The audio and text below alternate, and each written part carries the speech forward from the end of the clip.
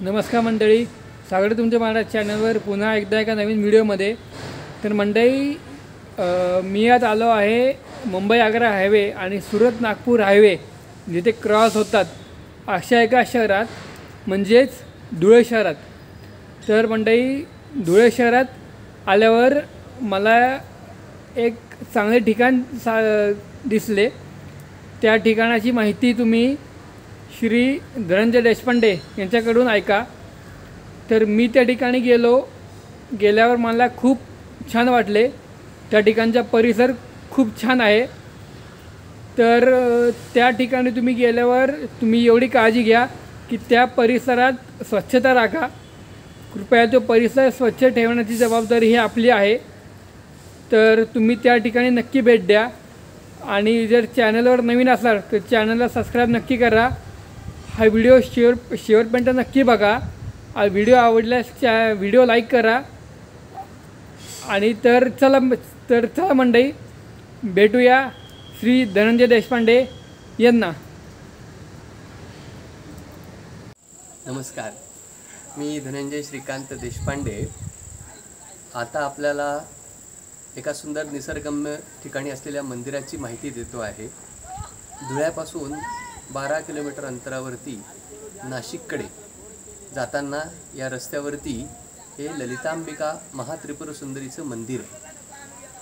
ललितांबिका महात्रिपुर सुंदरी ही आपल्या पुराण वेदांमधनं वर्णन केलेली शक्ती स्वरूपा भगवती जगदंबा, याला मूळ रूप असं म्हणतात. आणि या ललितांबिकेचेच अवतार महालक्ष्मी, महाकाली, महासरस्वती अशा प्रकाराने आहेत.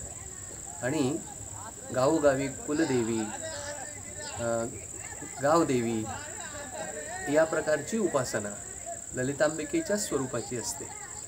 परंतु केवळ महाराष्ट्रात ललितांबिकेची तशी फारशी मंदिरं नाहीतच.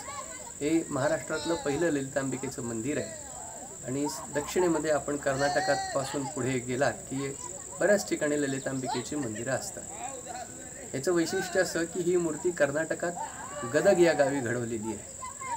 आणि तिच्या वरच्या 2 हातामध्ये कमळ आणि खाली दोन्ही हातांनी एका हाताने अभयमुद्रा आणि एक हात वरमुद्रा असा आहे. कमळासनावर बसलेली आहे म्हणून हिला कमला असं पण म्हणतात. हे मंदिर 2010 पासून बांधकामाला सुरुवात झाली आणि 2017ला बांधून पूर्ण झालं. सध्या मंदिराचा गाभारा हा 20 बाय 20 फुटाचा असून मंदिराच्या आजूबाजूचा प्रदक्षिणा मार्ग हा 35 बाय 35 फुटाचा आहे. मंदिराच्या अवतीभोवती सुंदर देशी वृक्षांची लागवड केलेली आहे.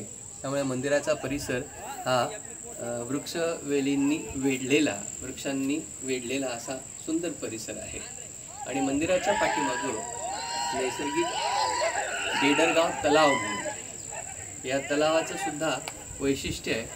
भारतरत्न विश्वेश्वरय्या यांच्या हातून या तलावाचं निर्मिती आणि हे झालं. आपण पाहताय ती ही भगवती ललितांबिका महात्रिपुर सुंदरी. 4 हात आहेत. मागील वरच्या 2 हातात कमळ धारण केलेले आहे आणि खालचे 2 हात, डावा आणि उजवा, एक वरमुद्रा आहे आणि एक अभयमुद्रा आहे. त्रिनेत्र आहे. तिच्या मस्तकी 3रा डोळा आहे. कुंकवाच्या पाठीमागे तो झाकलेला असतो. ही कमला पण म्हणवली जाते. सामान्य लोक हिला लक्ष्मी म्हणून ओळखतात. आणि हिच्या उजव्या हाताला गणपतीची स्थापना आहे आणि डाव्या हाताला भगवान शिवशंकरांची, महादेवाची स्थापना आहे.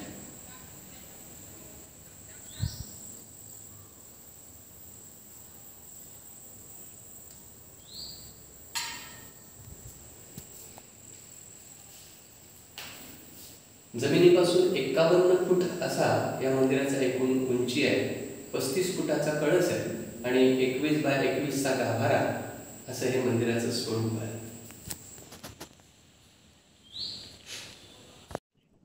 नमस्कार.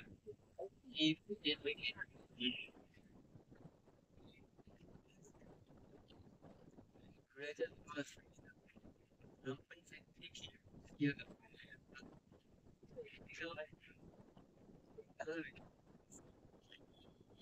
तलावाच्या टेकडीवरती पांडुरंगाचं मंदिर आहे. ही अजूनही दुसऱ्या मंदिरांची माहिती मी तुम्हाला देणार आहे.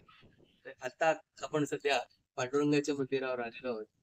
रुक्मिणी पांडुरंगाची स्थापना 2022 मध्ये झाली आणि या मूर्ती आम्ही पंढरपुराहून घडवलेल्या आहेत.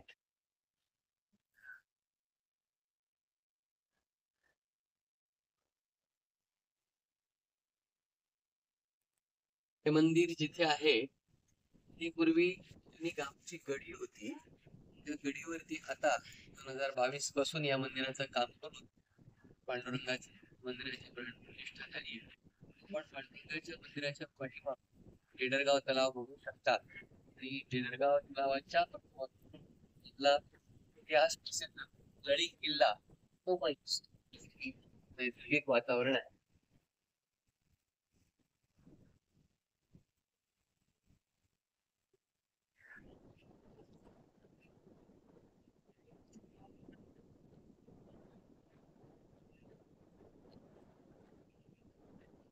आपण बघू शकता हा डेडरगाव तलाव म्हटला जातो. हा तलाव या तलावाचं प्लॅनिंग असं आहे की या तलावाचं पाणी जमिनीत झिरपत नाही. 1972 साली महाराष्ट्रात प्रचंड दुष्काळ पडलेला असताना सुद्धा हा तलाव आटला नाही. असा यात सांगितलं जातं की हा सर भारतरत्न विश्वेश्वरय्या यांच्या हातून बांधला गेलेला आहे आणि त्यांनी तलाव बांधताना जमिनीच्या भेगा शिस टाकून बुजवलेल्या आहे. त्यामुळे या तलावामध्ये पाणी साठतं आणि आता हा तलाव धुळ्याच्या बऱ्या मोठ्या लोकसंख्येचं पाण्याची तहान भागवणारा आहे.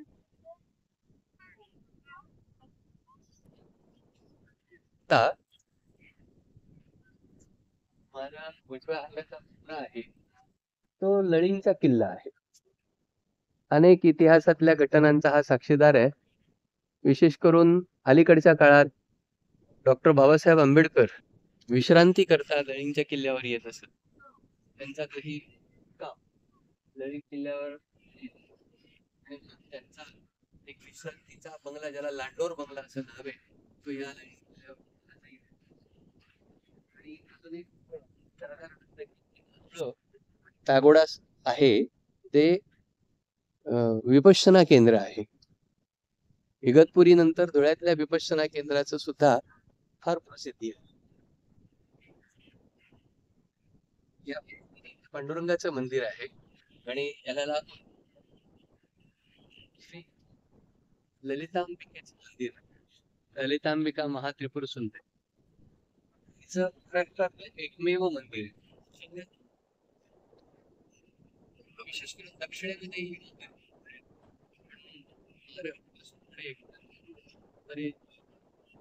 मध्ये ललितांबिकेचं मंदिर